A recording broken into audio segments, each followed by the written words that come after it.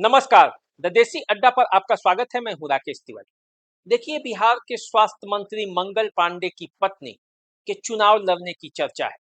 सिवान जिले के वो कौन से दो विधानसभा क्षेत्र हैं जहां से इस बार मंगल पांडे की पत्नी के चुनाव लड़ने की चर्चा हो रही है?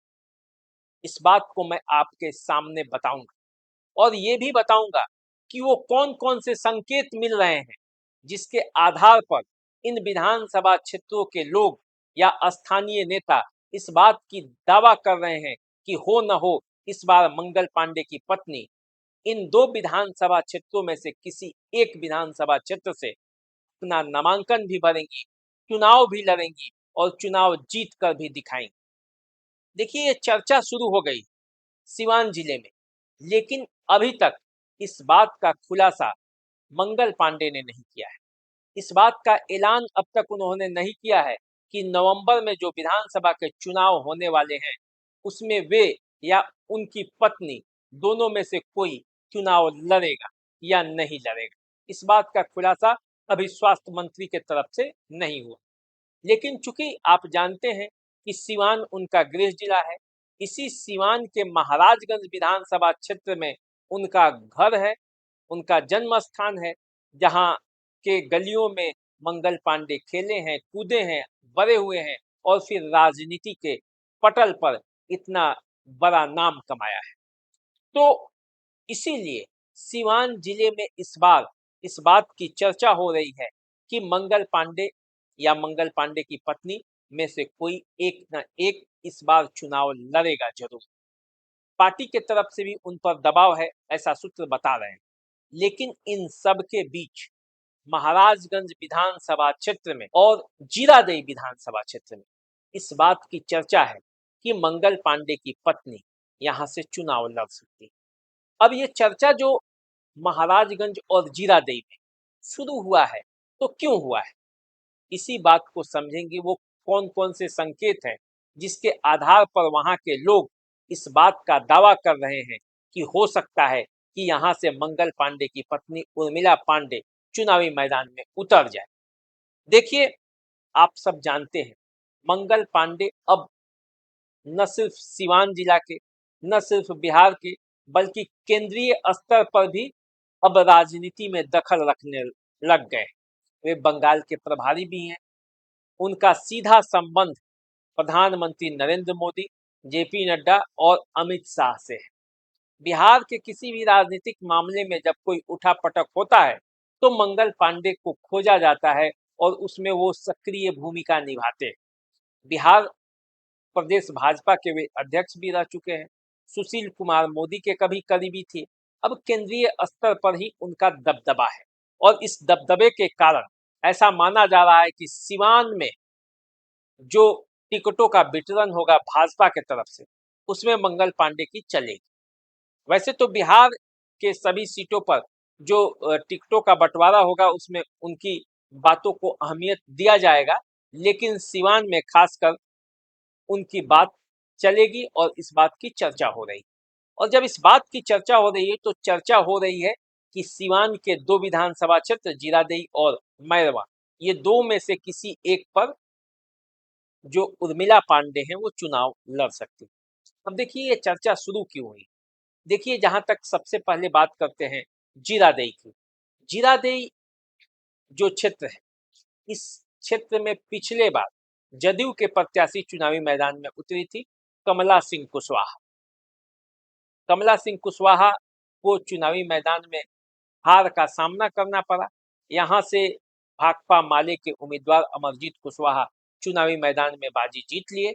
सबसे अधिक मतों से वो जीते सिवान जिला में, उससे ज्यादा मतों से कोई जीता नहीं। जीत का अंतर काफी बड़ा था।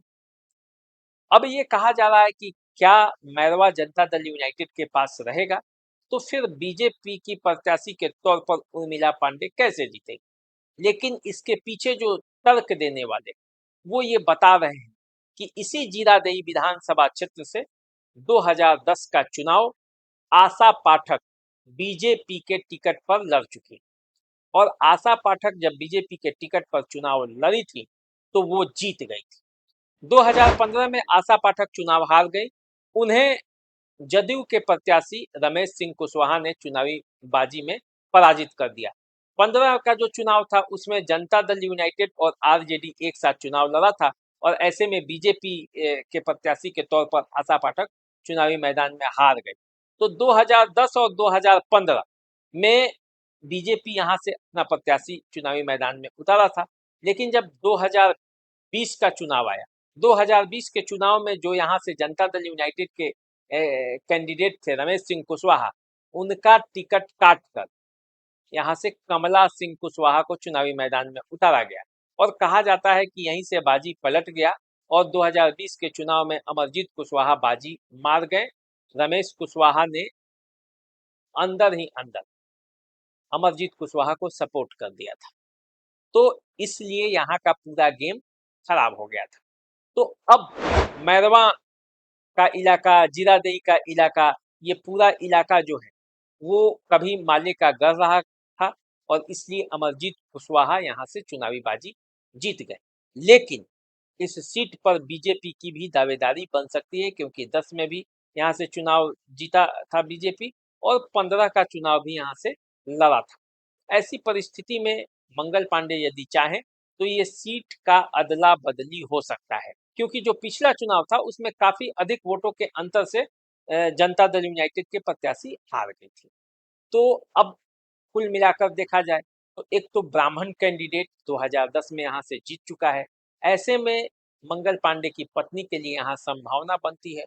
दूसरा संकेत ये कि मैरवा में मेडिकल कॉलेज का निर्माण मंगल पांडे के रहते हुए हुआ है। यदि मैरवा जो इलाका है वो जीरादेई के अंतर्गत आता है, मंगल पांडे चाहते तो इसे दूसरे क्षेत्र में भी ले जा सकते थे, लेकिन मैरवा में उन्होंने इस मेडिकल कॉलेज के स्थापना में अहम भूमिका निभाई। इस मेडिकल कॉलेज के निर्माण में 25 एकड़ भूमि की जरूरत थी। वो कृषि फॉर्म के जमीन पे ये मेडिकल कॉलेज बन रहा है। 568 करोड़ 84 लाख रुपए की लागत आ रही है। 36 महीनों में इसे पूरा करने का लक्ष्य रखा गया है। बताया जाता है कि 23% काम मैरवा में इस मेडिकल कॉलेज के अंतर्गत हो चुका है। तो अब सिवान जिले को एक नया मेडिकल कॉलेज मिल सकता है और इसमें मंगल पांडे की भूमिका अहम है और ये पूरा जीरादेई विधानसभा क्षेत्र के अंतर्गत ही आता है। तो ऐसे में जब उर्मिला पांडे जीरादेई से चुनाव लड़ेंगी तो मंगल पांडे के पास कहने के लिए बहुत कुछ होगा और उर्मिला पांडे के पास भी कहने के लिए बहुत कुछ होगा। देखिए, इसके अलावे जीरादेई के अलावे एक तर्क महाराजगंज पर भी दिया जाता है, क्योंकि महाराजगंज मंगल पांडे का गृह क्षेत्र है। यही इसी विधानसभा क्षेत्र के अंतर्गत उनका बलिया में घर है। तो जब बलिया में उनका घर है, इसी विधानसभा क्षेत्र के अंतर्गत है, तो उनका पकड़ इस क्षेत्र पर है। दूसरा, उन्होंने महाराजगंज में भी पारा मेडिकल प्रशिक्षण संस्थान का निर्माण कराया है। अस्पताल के लिए उन्होंने यहाँ पे डॉक्टर चिकित्सक की उपलब्धता कराई है और इसके अलावे वो लगातार महाराजगंज क्षेत्र पर नजर बनाए हुए हैं। तो कुल मिलाकर देखा जाए तो महाराजगंज में भी उनकी पकड़ अच्छी खासी। पिछले चुनाव में विजय शंकर दुबे यहाँ से चुनावी बाजी जीत गए थे। इससे पहले महाराजगंज विधानसभा क्षेत्र से कोई ब्राह्मण प्रत्याशी जीता नहीं था, लेकिन पिछले बार समीकरणों की सवारी करके विजय शंकर दुबे महाराजगंज से जीत गए। तो इसलिए ये कहने के लिए काफी है कि ऐसा नहीं कहा जा सकता कि महाराजगंज से कोई ब्राह्मण प्रत्याशी जीत ही नहीं सकता। समीकरणों पर जब सवारी होगी तो प्रत्याशी ब्राह्मण भी यहाँ से जीत सकता है, जैसे विजय शंकर दुबे यहाँ से चुनावी बाजी जीत गए। तो इसलिए इस बार मंगल पांडे की नजर इस क्षेत्र पर भी है। एक और संकेत मिला है जिससे ये कहा जा सकता है कि जो मंगल पांडे हैं वो चुनाव की तैयारी में है। भले वो स्वीकार करें मन से या न करें, लेकिन अंदर ही अंदर वो चुनाव की तैयारी में है, ऐसा सूत्र बता रहे हैं। उसका कारण है, देखिए, सिवान में जो डीएम पदस्थापित होकर आए हैं उनका नाम है आदित्य प्रकाश। आदित्य प्रकाश इससे पहले स्वास्थ्य विभाग के अपर सचिव थे। तो स्वास्थ्य मंत्री के विभाग के अंदर वो अपर सचिव थे और ऐसा माना जाता है कि मंगल पांडे और आदित्य प्रकाश के बीच की अंडरस्टैंडिंग काफी अच्छा है और इसीलिए मंगल पांडे उन्हें अपने जिले में डीएम बनाकर लाए। तो चुनाव के समय जब उनके मन मिजाज का डीएम सिवान में होगा तो निश्चित रूप से इसका लाभ उन्हें मिल सकता है। तो यदि मंगल पांडे को चुनाव लड़ना होगा तो वो सिवान के किसी विधानसभा क्षेत्र से चुनाव लड़ सकते हैं। ऐसे उनकी चर्चा है कि यदि मंगल पांडे चुनावी मैदान में उतरेंगे तो सिवान विधानसभा क्षेत्र भी उनके पसंदीदा क्षेत्रों में एक है। चूंकि वो शहरी क्षेत्र है, सिवान की लड़ाई आप जानते हैं अंतिम समय में गोलबंद हो जाता है। तो देखिए सिवान के समीकरणों में क्या फिट बैठता है। महाराजगंज, जीरादेई, सिवान, इन किन क्षेत्रों में इन क्षेत्रों में से किस क्षेत्र पर मंगल पांडे की नजर होती है। चुनाव लड़ते भी हैं या नहीं लड़ते हैं, लेकिन इन सब के बीच इन विधानसभा क्षेत्रों में इस बात की चर्चा जोरों से है कि मंगल पांडे चुनावी मैदान में उतर सकते हैं। उनकी पत्नी चुनावी मैदान में उतर सकती हैं। अब उतरेंगी नहीं उतरेंगी ये आने वाले समय में पता चलेगा। परिस्थितियां क्या बनेगी और परिस्थितियों के हिसाब से पार्टी क्या फैसला लेगी, इस पर भी बहुत कुछ निर्भर। तो चलिए आप हमारे साथ बने रहिए, देखते रहिए द देसी अड्डा। हम आपको और जानकारी देते रहेंगे, खबरें बताते रहेंगे। हमारे साथ बने रहिए, चैनल को सब्सक्राइब कर लीजिए, फेसबुक इंस्टाग्राम पे हमें फॉलो कीजिए। अभी दीजिए इजाजत, नमस्कार।